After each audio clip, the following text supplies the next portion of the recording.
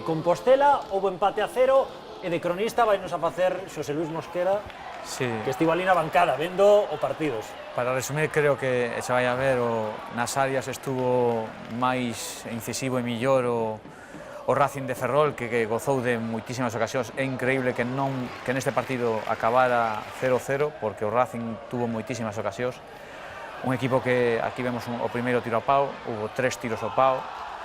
Bueno, un Joselu que o vin moi ben, un equipo que traballou. El despois tamén me sorprendeu o Compos, un equipo que baixa a pelota, que xoga e que falla un penalti, e o terceiro penalti consecutivo que falla. Velos pelexando polo ascenso, despois de velos en directo? Ou... Os dous equipos? Sí.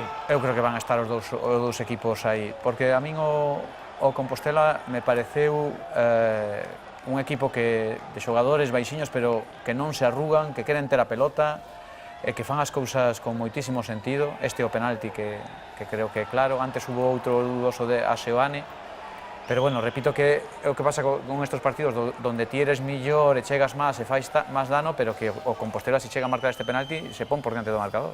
Pois Santi, 3 lanzadores diferentes e ningún dos 3 nas 3 últimas Este é un jornadas. paradón, Un paradón. Sí, sí. E que Diego fixo 2 paradóns no partido Sí.